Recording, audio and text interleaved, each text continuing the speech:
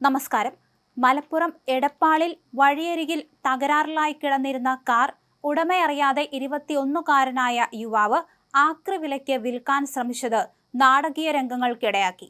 വട്ടക്കുളം സ്വദേശി പരീച്ചി സിദ്ദിഖിന്റെ വാഹനമാണ് ഉടമ പോലും അറിയാതെ വിൽക്കാൻ ശ്രമിച്ചത്.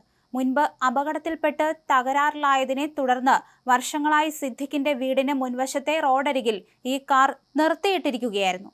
കഴിഞ്ഞ ദിവസം വൈകിട്ട് 6:30യോടെ ഒരു സംഘം ആളുകൾ ലോറിയും മണ്ണുമാന്തി യന്ത്രവുമായി എത്തി ഈ കാർ ലോറിയിൽ കയറ്റാൻ ശ്രമം തുടങ്ങി. ഇതുകണ്ട് സംശയം തോന്നിയ സിദ്ദിഖിന്റെ ഭാര്യ കാര്യം അന്വേഷിച്ചപ്പോഴാണ് തട്ടിപ്പ് പുറത്തറിയുന്നത്. തങ്ങൾ പട്ടാമ്പിയിലെ സ്ക്രാപ്പ് സ്ഥാപനം നടത്തുന്നവരാണെന്നും കാറിന്റെ ഉടമയുമായി കച്ചവടം ഉറപ്പിച്ച് തുക നൽകിയ ശേഷമാണ് വാഹനം കൊണ്ടുപോകാൻ വന്നതെന്നും അവർ വ്യക്തമാക്കി. ഇതിനിടെ സിദ്ദിഖും സ്ഥലത്തെത്തി വാഹനം തങ്ങളുടേതാണെന്നും ആർക്കും വിറ്റിട്ടില്ലെന്നും പറഞ്ഞതോടെ തർക്കമായി. വിവരമറിഞ്ഞ് നാട്ടുകാരും തടിച്ചുകൂടിയതോടെ ചങ്ങരംകുളം പോലീസിൽ വിവരമറിയിക്കുകയായിരുന്നു. പോലീസ് സ്ഥലത്തെത്തി ആക്രി കച്ചവടക്കാരെ ചോദ്യം ചെയ്തപ്പോഴാണ് യഥാർത്ഥ സംഭവം വ്യക്തമായത്.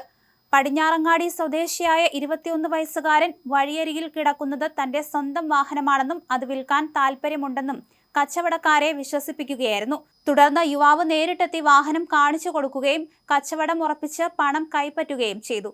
ഇതിന്റെ അടിസ്ഥാനത്തിലാണ് കച്ചവടക്കാർ വാഹനം മാറ്റാനായി എത്തിയത്. തുടർന്ന് ചങ്ങരംകുളം പോലീസ് കച്ചവടക്കാരുമായി പടിഞ്ഞാറങ്ങാടിയിലെത്തി 21കാരനെ കസ്റ്റഡിയിലെടുത്തു. പോലീസ് സ്റ്റേഷനിൽ വെച്ച് നടന്ന ചോദ്യം ചെയ്യലിൽ യുവാവ് തട്ടിപ്പ് സമ്മതിച്ചു.